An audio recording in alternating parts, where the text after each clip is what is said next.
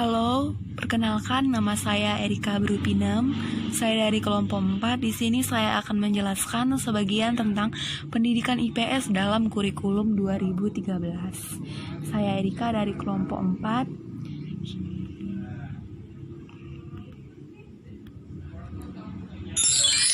Oke, di sini saya akan membawakan tentang kurikulum 2000 tentang pendidikan IPS di kurikulum 2013. Sebelumnya kita harus mengetahui apa sih itu kurikulum dan apa itu kurikulum 2013. Untuk itu kita ke slide selanjutnya. Oke, di sini terdapat pengertian kurikulum dan pengertian kurikulum 2013. Di sini saya akan membacakan pengertian kurikulum. Kurikulum adalah seperangkat rencana dan pengaturan mengenai tujuan, isi, dan bahan pelajaran serta cara yang digunakan sebagai pedoman penyelenggaraan kegiatan pembelajaran untuk mencapai tujuan pendidikan tertentu. Menurut Undang-Undang Nomor 20 Tahun 2003 tentang Sistem Pendidikan Nasional terdapat pada pasal 1 butir 19. Baiklah, di sini merupakan kurikulum. Kurikulum itu ialah sebuah pedoman bagi seorang guru dan siswa untuk melaksanakan proses kegiatan belajar mengajar.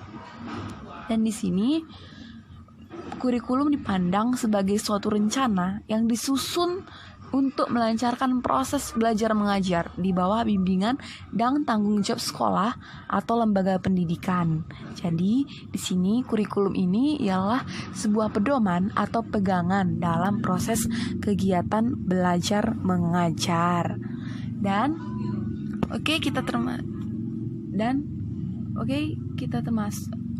kita masuk ke kurikulum 2013. Apa sih kurikulum 2013 itu?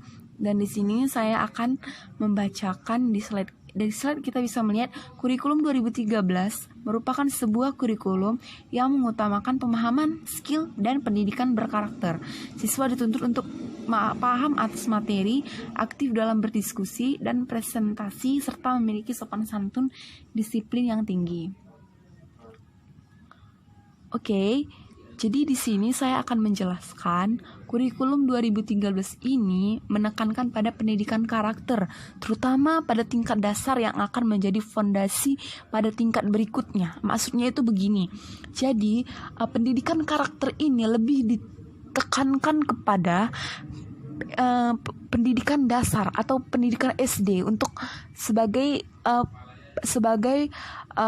bekal untuk menuju pendidikan selanjutnya.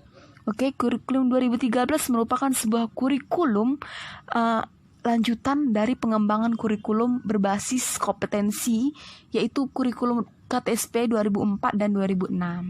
Oke, sekian dari saya. Dilanjutkan oleh berikutnya model pembelajaran IPS dalam kurikulum 2013 yang dilanjutkan oleh teman saya Rena Mayarati. Terima kasih. Model pembelajaran IPS dalam kurikulum 2013.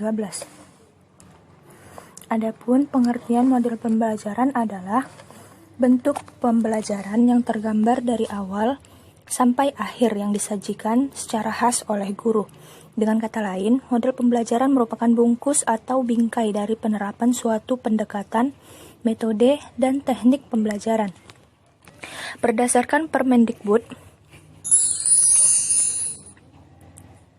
Nomor 65 Tahun 2013 tentang Standar Proses Pendidikan Dasar Menengah, terdapat 4 macam model pembelajaran.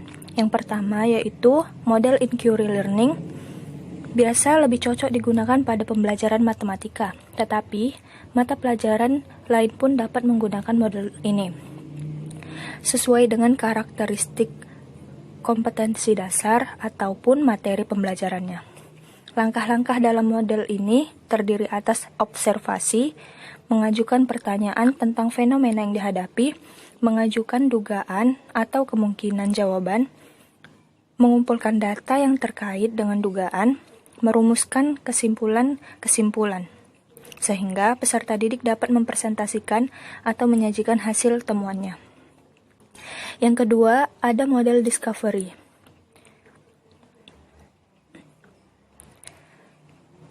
Model ini ingin merubah kondisi belajar yang pasif menjadi aktif dan kreatif, mengubah pembelajaran teacher-oriented menjadi student-oriented, merubah modus exploratory siswa hanya menerima informasi secara keseluruhan dari guru ke modus discovery siswa, yaitu menemukan informasi sendiri. Adapun langkah-langkahnya atau macam-macamnya yaitu stimulation atau memberikan stimulasi. Pada kegiatan ini, guru memberikan stimulan, dapat berupa bacaan, gambar, situasi yang sesuai dengan materi pembelajaran ataupun tema yang akan dibahas. Yang kedua ada problem statement atau mengidentifikasi masalah. Dari tahap tersebut, peserta didik diharuskan menemukan permasalahan apa saja yang dihadapi, sehingga pada kegiatan ini peserta didik diberikan pengalaman untuk menanya, mencari informasi, dan merumuskan masalah. Yang ketiga, ada data collecting, atau mengumpulkan data. Pada tahap ini peserta didik diberikan pengalaman mencari dan mengumpul data. Informasi yang didapat digunakan untuk menemukan solusi pemecahan masalah yang dihadapi. Yang keempat ada data processing atau mengolah data, di mana siswa akan mengolah data yang melatih peserta didik untuk mencoba dan mengeksplorasi kemampuan pengetahuan konseptualnya untuk diaplikasikan pada kehidupan nyata, sehingga kegiatan ini juga akan melatih keterampilan berpikir logis dan aplikatif. Yang kelima ada verification atau memverifikasi. Peserta didik diarahkan untuk mengecek kebenaran atau keabsahan hasil pengolahan data. Antara lain bertanya kepada teman, berdiskusi, atau mencari sumber yang relevan baik dari buku atau media lainnya. Yang keenam ada generalization atau menyimpulkan. Peserta didik digiring untuk menggeneralisasikan hasil simpulannya pada suatu kejadian atau permasalahan yang serupa, sehingga kegiatan ini juga dapat melatih pengetahuan metakognisi peserta didik. Selanjutnya itu ada model pembelajaran berbasis project atau project based learning. Pada model pembelajaran ini bertujuan merangsang peserta didik untuk belajar melalui berbagai permasalahan nyata dalam kehidupan sehari-hari yang dikaitkan dengan pengetahuan yang telah dipelajari atau yang sudah dipelajari. Berikut langkah-langkahnya yaitu mengorientasi peserta didik pada masalah. Fokus peserta didik mengamati masalah yang menjadi objek pembelajaran. Yang kedua, mengorganisasikan kegiatan pembelajaran. Kegiatan ini agar peserta didik menyampaikan berbagai pertanyaan terhadap masalah yang dikaji. Yang ketiga, membimbing penyelidikan mandiri dan kelompok. Bertujuan untuk memperoleh data dalam rangka menjawab atau menyelesaikan masalah yang dikaji. Yang keempat itu ada mengembangkan dan menyajikan hasil karya. Peserta didik mengasosiasi data yang ditemukan dari percobaan dengan berbagai data lain dari sumber lain juga. Yang kelima ada analisis dan evaluasi proses pemecahan masalah. Setelah peserta didik mendapat jawaban terhadap masalah yang ada, selanjutnya dianalisis dan dievaluasi. Selanjutnya ada model pembelajaran berbasis permasalahan atau problem based learning.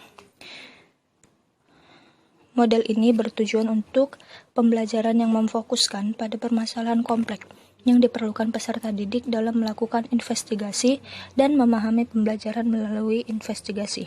Membimbing peserta didik dalam sebuah proyek kolaborasi atau kolaboratif yang mengintegrasikan berbagai subjek atau materi dalam kurikulum. Langkah-langkah dalam pembelajaran ini yaitu menyiapkan pertanyaan atau penugasan proyek. Yang kedua, mendesain perencanaan proyek. Ketiga, menyusun jadwal sebagai langkah nyata dari sebuah proyek. Yang keempat, memonitor kegiatan dan perkembangan proyek. Yang kelima, ada menguji hasil. Yang keenam, mengevaluasi kegiatan atau pengalaman. Baiklah, selanjutnya akan dijelaskan oleh teman kami. Baiklah, di sini saya akan melanjutkan presentasinya, yaitu manfaat pendidikan IPS dalam kurikulum 2013. Manfaat pendidikan IPS dalam kurikulum 2013 di sini ada 3. Yang pertama, membekali peserta didik dengan pengetahuan sosial yang berguna dalam kehidupannya kelak di masyarakat. Maksudnya di sini adalah dengan adanya kurikulum 2013 ini, bidang pendidikan IPS diharapkan mampu sebagai bekal bagi peserta didik atau siswa-siswi yang berguna utamanya bagi kehidupannya sendiri dan bagi masyarakat. Yang kedua di sini, membekali peserta didik dengan kemampuan mengembangkan pengetahuan dan keilmuan IPS sesuai dengan perkembangan kehidupan masyarakat, ilmu pengetahuan dan teknologi. Maksudnya adalah diharapkan peserta didik mampu mengembangkan pengetahuan ilmu IPS sesuai dengan perkembangan zaman yang ada di masyarakat dan mampu mengembangkannya sesuai dengan pengetahuan dan teknologi. Yang ketiga yaitu membekali peserta didik dengan kemampuan mengidentifikasi, menganalisis, dan menyusun alternatif pemecahan masalah sosial yang terjadi dalam kehidupan di masyarakat. Artinya di sini yaitu diharapkan peserta didik mampu mengidentifikasi suatu masalah dan menganalisis atau menggambarkan suatu masalah serta menyusun alternatif atau langkah-langkah pemecahan masalah sosial yang terjadi dalam kehidupan masyarakat. Baik, di sini saya akan menjelaskan tentang pendidikan IPS dalam kurikulum 2013. Terdapat pada 3 tingkatan. Yang pertama, tingkat SD, ini disajikan secara tematik. Yang dimaksud dengan secara tematik yaitu di mana pembelajaran IPS disajikan memakai tema untuk mengaitkan beberapa mata pelajaran sehingga peserta didik tersebut mendapatkan pengalaman yang bermakna. Contohnya yaitu tema banjir. Di sini guru akan mengaitkan tema banjir tersebut pada pembelajaran lain seperti sosiologi, pada sejarah, dan geografi. Kedua, tingkat SMP disajikan secara terpadu. Dikatakan terpadu karena dalam satu mata pelajaran ada beberapa cabang disiplin ilmu yang dibahas, dikaji, dan dipraktikkan, seperti dalam pembelajaran IPS tersebut, yaitu sosiologi, geografi, ekonomi, dan sejarah. Ketiga, tingkat SMA disajikan sesuai mata pelajaran yang diminati dan terpisah. Seperti yang kita ketahui, pada saat kita masih duduk di bangku sekolah tingkat SMA, yang dimana pembelajaran IPS tersebut sudah memfokuskan kajiannya pada setiap disiplin ilmu. Contohnya itu mata pelajaran yang tergolong IPS, sosiologi, geografi, ekonomi, dan sejarah. Itu dijadikan jadi satu mata pelajaran pada setiap proses belajar dan mengajar. Kesimpulan dari materi pendidikan IPS. Oke, yang terakhir adalah kesimpulan. Di dalam presentasi kami mempunyai 2 kesimpulan. Yang pertama, kurikulum 2013 merupakan sebuah kurikulum yang mengutamakan pemahaman, skill, dan pendidikan karakter. Siswa dituntut untuk paham atas materi, aktif dalam berdiskusi dan presentasi, serta memiliki sopan santun, disiplin yang tinggi. Yang kedua, kurikulum tahun 2013 atau K13 IPS tetap diberlakukan yang disesuaikan dengan kondisi dan kemampuan sekolah atau madrasah. IPS di SD bersifat sistematik atau tematik. Di SMP disajikan secara terpadu, sedangkan di SMA IPS disajikan secara terpisah-pisah. Oke, terima kasih teman-teman atas presentasi kami. Bagi teman-teman yang ingin bertanya, memberikan saran atau kritik, kami persilahkan. Terima kasih.